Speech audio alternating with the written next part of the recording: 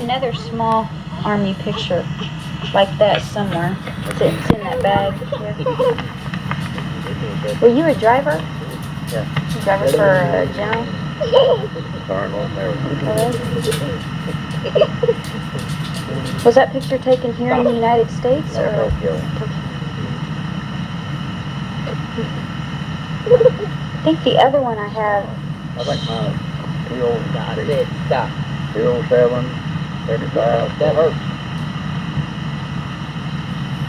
Let's check that last number. I knew my number. It's painted somewhere up on the hood part somewhere. 207, I remember that. 534 maybe. That kind of rings a bell. And where was that done? That's in Tokyo. Was it? Yeah, I was made technician 5th grade over there in Tokyo. That was World War II, right? Mm-hmm. Yeah. Yeah, if I'd have been in Florida, I'd have gotten the Corps, other war they had Corps in, you know. Vietnam? Vietnam, I mean, yeah. Did you ever participate in any of the fighting? Oh, yeah. Yeah, about 3 months. What'd you do? In the Philippines.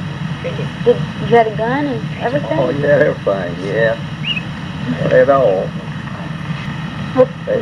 What do you remember from over there? Was it just, do you remember everything? Everything was just so... Done a little everything. We were patrolling what we was doing all the time over in the Philippines. I stayed down there, 3 months or something like that.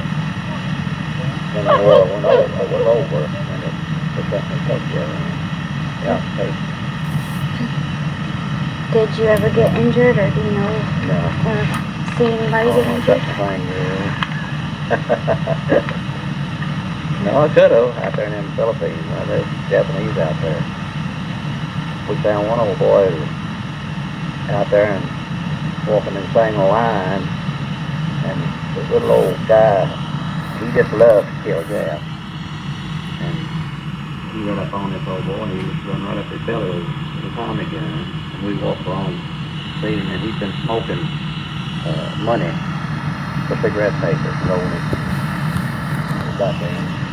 I felt sorry for that. Last guy in the squad stepped in the creek. He was about to deep. Stepped on his rifle. He done so it away. But he shot him just.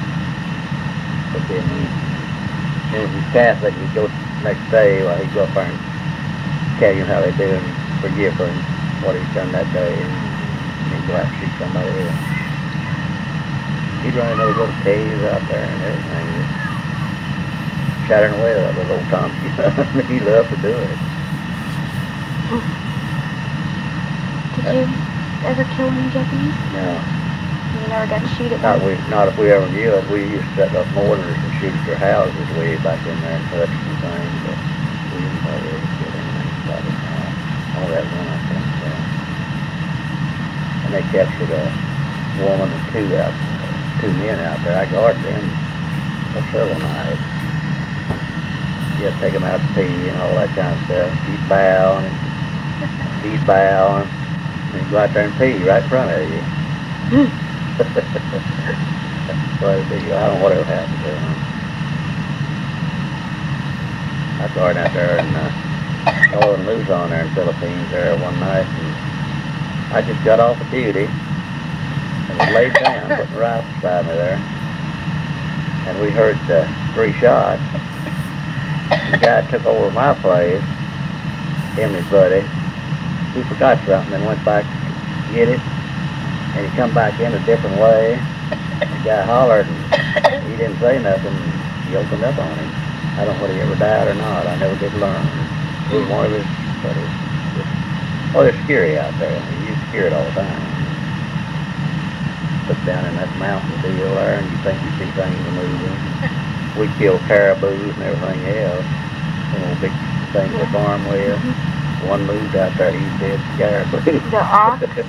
Yeah, them big old caribous they call them. Yeah, they farm in the rice paddies with them.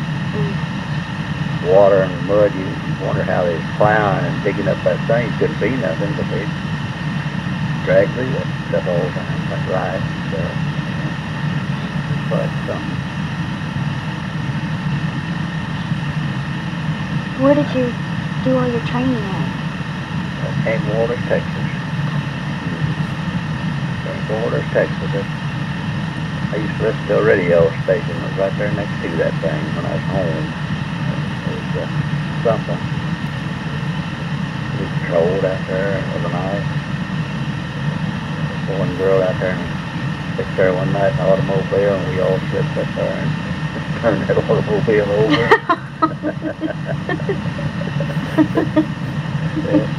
Yeah, they got a roll all these days.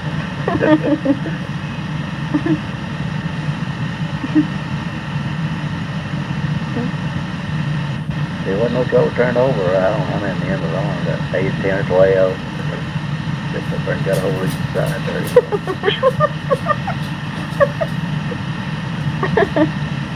I bet you That's Mineral Wells, so we done that. Turn the car over in Mineral Wells. Mineral Wells. That's actually where used to be a radio station, Mineral Wells. How long was you shipped out for? How long was you in Tokyo? Well, I was there about 2 years, I suppose, over there in Tokyo. And I was in the Philippines about 3 or 4 months. Did you get to come home very often? Or? You didn't get to come home, period. When we left Camp Waters, Texas, for training, I got to come home for a week or 2 weeks maybe. And they shipped me out as soon as I back. Philippines, that's where we went. Went over on the USS Thurston. The little ship wouldn't reach from there. I got that cornfield. Huh. Them big old waves swallow that son of a bitch. And we had, I think, 1,300 Puerto Ricans on there.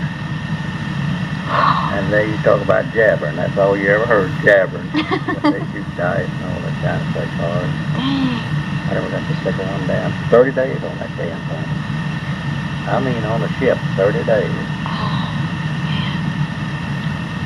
When we got to the Philippines, you couldn't go into the ship. The ship's sunk all along there, and the top wasn't sticking out. They couldn't get a ship in there, and we had to climb down a big rope ladder. And that water was rough. You come down, coming down that ladder, you look down there, and the boat would be pretty close to you, and then you look down again, that's something to be 20 feet down again. You had to catch it just right on the rise and get on it, or the stone would dump you right in the water. We got on a little old amphibious. It run on tars and float in the water too. That took us ashore on that.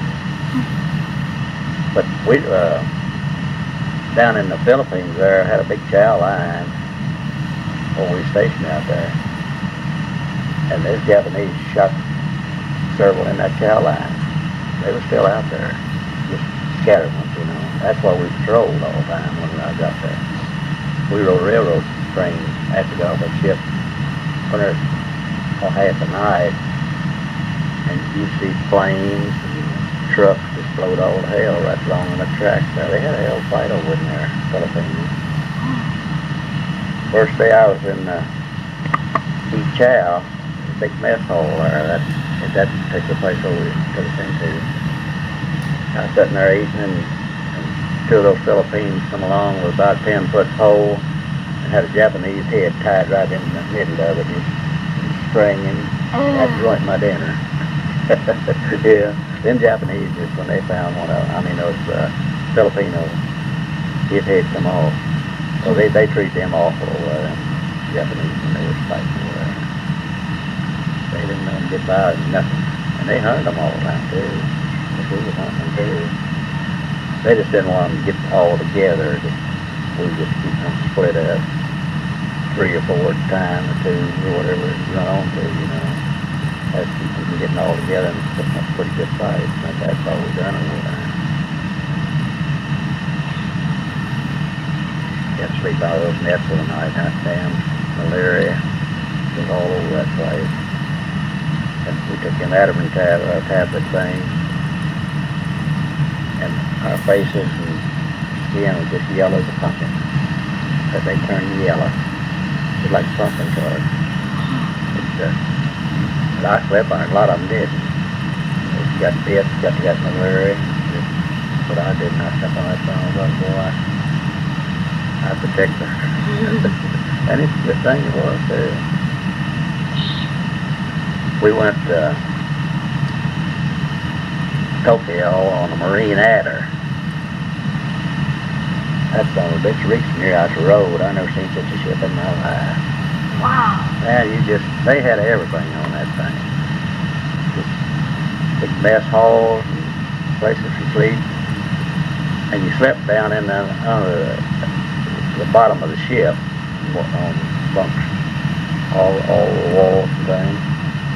If a torpedo hit you, you just died right there. When a torpedo hit the boat, they run and shut all them doors. If you're down there, you're there, you can't get out. There's no way getting out. And that was orders. But keep that water from rushing in there and flooding the whole ship. How long was you on that boat? Not near as long as I was on that other, and I took us. It probably a couple of weeks till we got over to Tokyo. We went in that big canal where the Japanese had that big, they had big gates and things that went plumb across that canal, plumb to the bottom of the thing, and a submarine couldn't go in there, I mean, on account of all that. And they had to, when they let the ship in there, they pulled it apart. The ship went through and shut her there. When we hit Tokyo, they wasn't the Japanese nowhere to be seen. They thought we was going to tear them up. I mean, just abuse them and everything. And about middle of the evening, you never seen such a crowd of Japanese, and you're out there hiding. I mean, back in those, they had, any hill had caves all around it. Full of them. That's where they got hit, I guess. They thought we was going to tear them up. Well, they'd salute you when they come by and bow and everything else, you know, in your garden. But barracks we slept in, the big light come down. You took a string and pulled it on.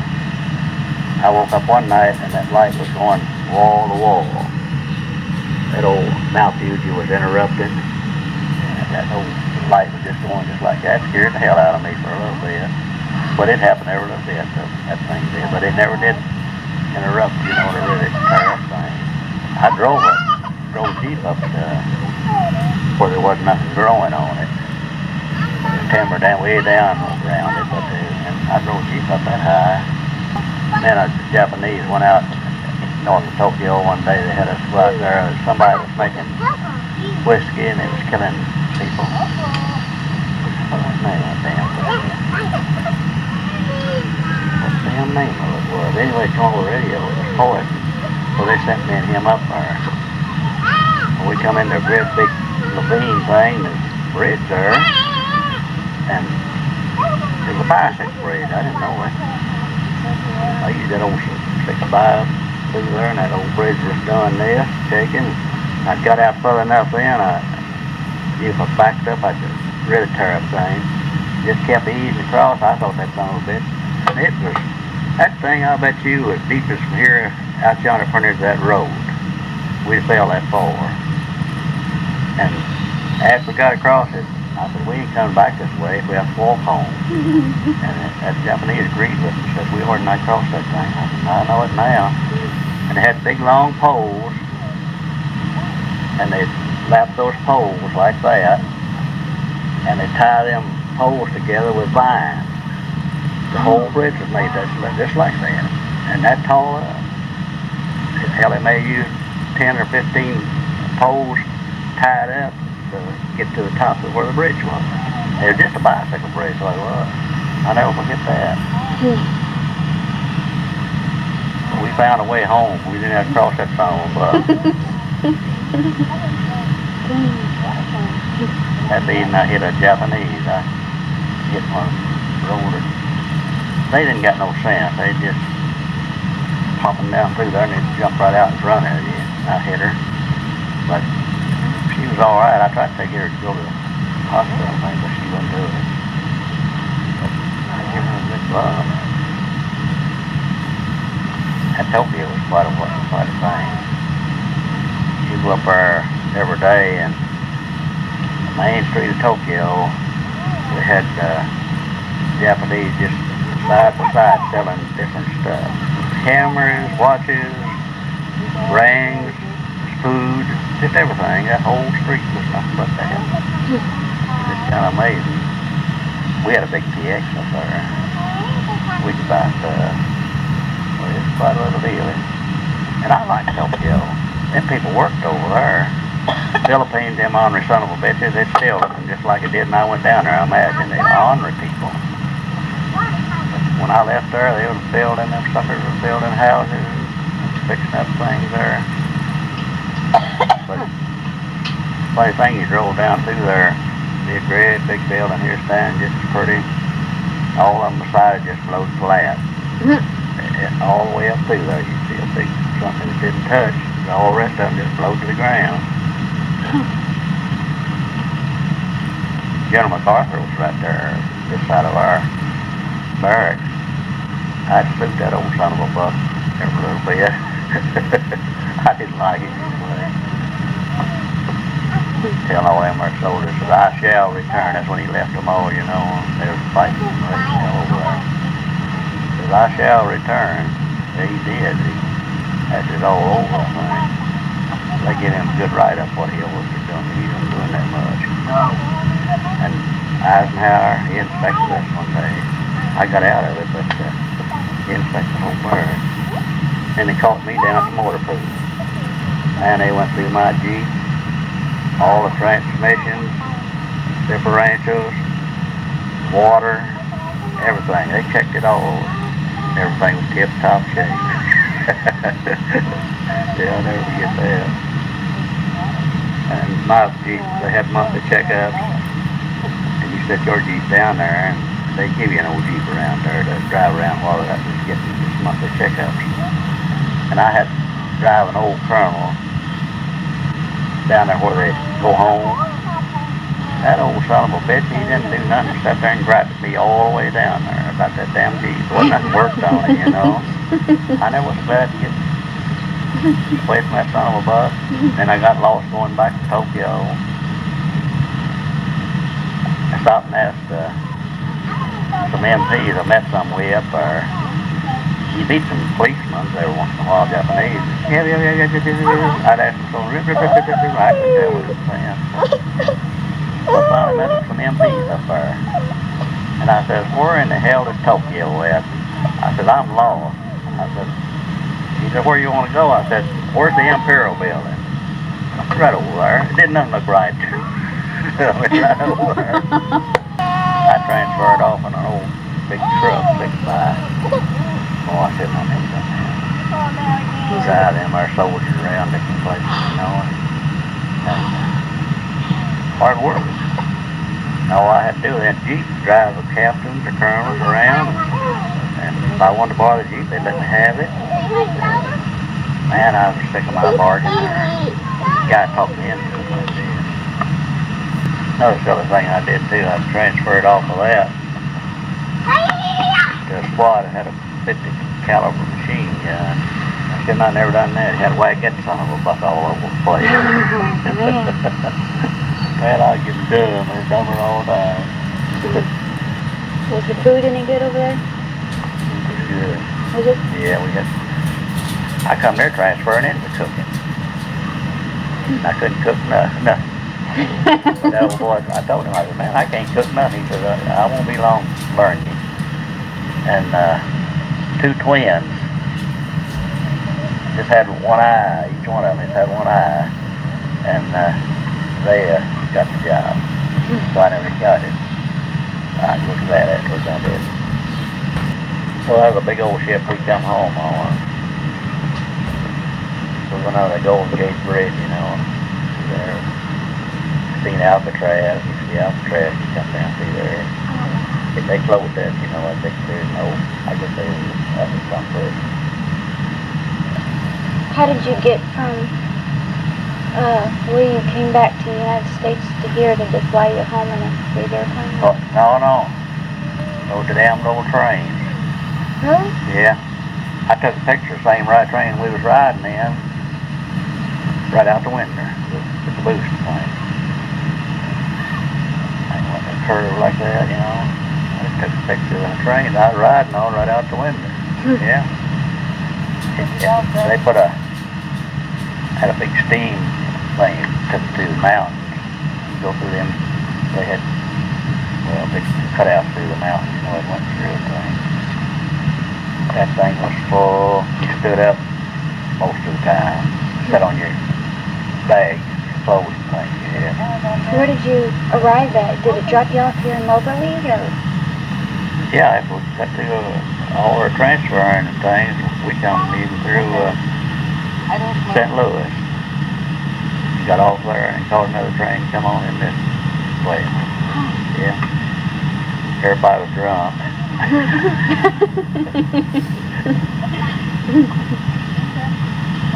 Them damn guys always want to borrow money. And they thought I was easy prey, I reckon. One guy owed me, well, it wasn't no big bucks, it was $15, $20 here, like that, you know. After got here to St. Louis, old boy lived in St. Louis, he wanted to borrow $20. I was, damn, you're home, I ain't home yet. Yeah, I'd never seen that 20 thing. I thought I was never going to get out of Tokyo. We thought, we stayed in that barracks over there where you leave out at, I bet for 3 weeks. We'd get our pass and go back to Tokyo and come back down there. Find out when we're going to get to go home. We didn't. We'd go back to Tokyo and we just monkeyed around, you know. I know we're never going to get out of that place. I bet you were excited when they said, yep, you're shipping out in a couple of days. We went to Yokohama. That's where that big ship got on it to take go home. That's where we come into, too. That was a big shipping out place there. Was Grandma and your mom and everybody waiting for you when you get off the train? No, we got in there, I think it was around midnight, and I had to call someone got me. And some of the guys re-enlisted out there, though, and went to come back to Tokyo. Wow. I wonder why they do that, though. I don't know, they tried to talk me into it, but I just didn't do it. Well, if you did, you just had to stuck it out of the Army the whole way and retirement on in, but I just done had enough of that Army. We had one old boy down there that we'd go out on them bivouacs, 20-mile hikes and things. He'd throw his pack, his rifle, and everything he had away. As we got back barracks there, they had him out there digging a big trench with a bayonet. We'd go to supper and everything, and there he was out there biggest. I don't know whatever happened to him. I'd always wondered whatever happened to that guy. Whenever they'd give him anything to do, he wouldn't do it. Do you remember what his name was? No. All day long he carried a 50-pound pack on his back. And a great big circle out there in the ball field by our barracks. He'd just go around and around. I'd go out there once in a while, walk around with him, talk to him. Yeah, all day long. And then they'd get trench of a night. They just kept him going. And a good sort of a guy, too. I mean, really, I liked him. Do you remember any names of anybody that you were in there with? Yeah, Several of them. Charles R. Sims, one in Cedar Hill, Texas. Captain Helmet, Coffeyville, Kansas, had a captain that drove around all the time. And there's a lot of them. Generals. I never did drive my car or anything around or anything. His colonels and stuff like that. So I really like Tokyo, really. Was it warm over there? Weather? Yeah. Well, we had some snow, but not very little. Yeah, it wasn't bad at all over there. Weather was just pretty dang nice. I drove that old captain around. Well, we like to freeze in that open Jeep. And he wanted me to build a cab on it. I built a cab on it like I got on my mule, kind of. Good one. Oh, he was tickled to death. Orders come out the next week. You couldn't have anything on your Jeep like that. Had to hurry it over. Oh, that captain was mad. But dude, I'd get out all the inspections, stuff like that. They didn't have the Jeep tonight. And that day, so I want you to take me so-and-so. They get out all that. What was life like when you got back? What was life like when you got back? Was it hard to adjust to? Driving was. I drove on the left-hand side of the road over there. Here, the right-hand side, yeah. Yeah, you drove on the left-hand side all the time. I had a Jeep. And they had motorcycles over there and old cars and had a big stove on the back of them. And they burnt that coal in that thing and they run that cart motor so that fumes comes out of that coal stuff. And I had a rope wrapped around my bumper. And there was no car one night. Couldn't make the hill. He got out and shook her up. And I just stopped the Jeep, just watched him. And he got back in her and he started easing back up that hill. Well, while he was doing all that, I eased right up on his bumper. He never did hear me get him. I come and poured it on that Jeep. Now we got faster and faster. He come straightening up in that thing. He thought that old motor done something off. Yeah, he didn't know what was that. And finally he got throwing his head around and he seen I was behind him there. We built our own swimming pool over at that church in Tokyo. Big swimming pool. And anything they wanted, the old general would tell, there's two guys there, get you anything you wanted. It's American. And then Army. And they go get it. And they were stealing that stuff from the Japanese where they were building stuff themselves and bringing it down there. We built swimming pools and things with it. And they got scared and left when they rolled out of the Army right over in Tokyo. They found them later on over there. They done had them a house piece and were living with Japanese gals. And I don't know what they ever done with them. I just wonder what they would have done with them. Yeah. That is the old general's damn fault, you know, telling them guys to go out there and get for this and that. Well, they already knew they were doing something like that, you know. They're nice guys, too. Some of them guys ornery though in the Army. I've seen them just walking down Tokyo Street. They'd be coming towards some of the Japanese guys things. Haul off and just roll them guys. Stuff like that, you know. Just honoring me. What did they wear? The Japanese in the Philippines? Did they have uniforms like you all had? No, not down in the Philippines. They dressed kind of like a working people, you know. The Japanese, they had their uniforms and things, but after we went over there, there weren't no uniforms. I went in that big Imperial building over there where they had their big meetings, the Japanese and things. Man, it was a big, big building. Had their queues up there and things where they giving orders and things, this, that, and the other, making plans. You always had to wear your uniform though, didn't you? Oh, yeah. Well, I had a captain just eat me up, or the captain colonel. I was going down the street one night, eating there with my hands in my pocket, just laughing along. Boy, he hauled it hard at me. I sat there and took orders for quite a little bit. I bet you did. Did the women, did they wear those kimono type things? Yeah. Yeah. Most all the women had them on. Yeah. They had a big bathroom right out there in the middle of Tokyo over there. Men and women all went right in that thing. Yeah, they got to go in there and they put that off limits to us, so we couldn't go in there and look around. I went to their graveyards too. They had graveyards all in there, and they had ashes and things, just in a little old face thing right in there. Now, if it'd been around this country, they'd had all that stuff tore all to pieces, but nobody ever touched them there. Ashes and things to the grave thing. They had statues, you can't believe the statues they had. Way up in there, and a great big horse and a big Japanese guy riding it. Just all that kind of stuff. When I drove that old 65, we had they had a building up there. It was a great big building. Ain't nothing more bigger than that thing yet. And there's nothing but silver money piled up in there. We hauled that stuff out, hauled it out. I don't know what they ever did with it after it done that, but they found some gold bars over in one of those old canals. I guarded that one night. I wasn't done much guarding. I had a little old 25 automatic pistol. Didn't even take my rifle that night. Did you write home a lot? Did you write home a lot? Oh yeah, she could read my writing.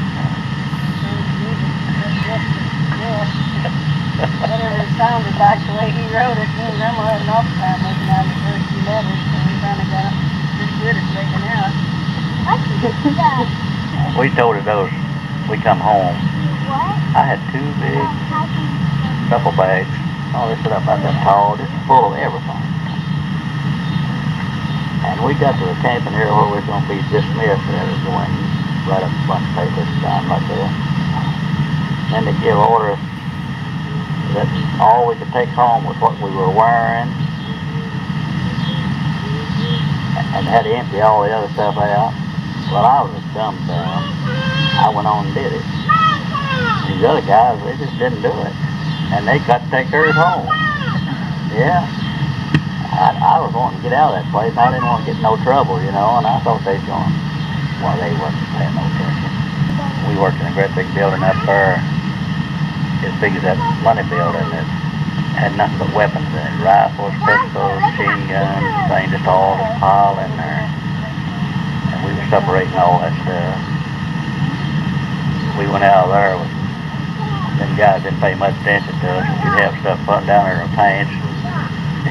Down here, that night when we were out, they supposed to be, so we got away with a lot of stuff. I had to give it away after I got back home, told all. But you can keep your, a lot of your antique stuff, like swords, stuff like that. You can keep that. All they wanted is all them clothes and things, and then they put them in these damn army things and sold them, you know how they do them. That's just exactly what they done, all that stuff. You were allowed to keep all the souvenirs? Yeah, the souvenirs, yeah. I give Grandpa Atkins my big sword. I had a pretty long time. And whatever happened to it? I think Gene and them got away with it. Ernest. I never did get it back. I wanted it back. I've been worth some money too now, you know. Gene done got rid of all my coal mine stuff. He sold it for junk while I was in the Army.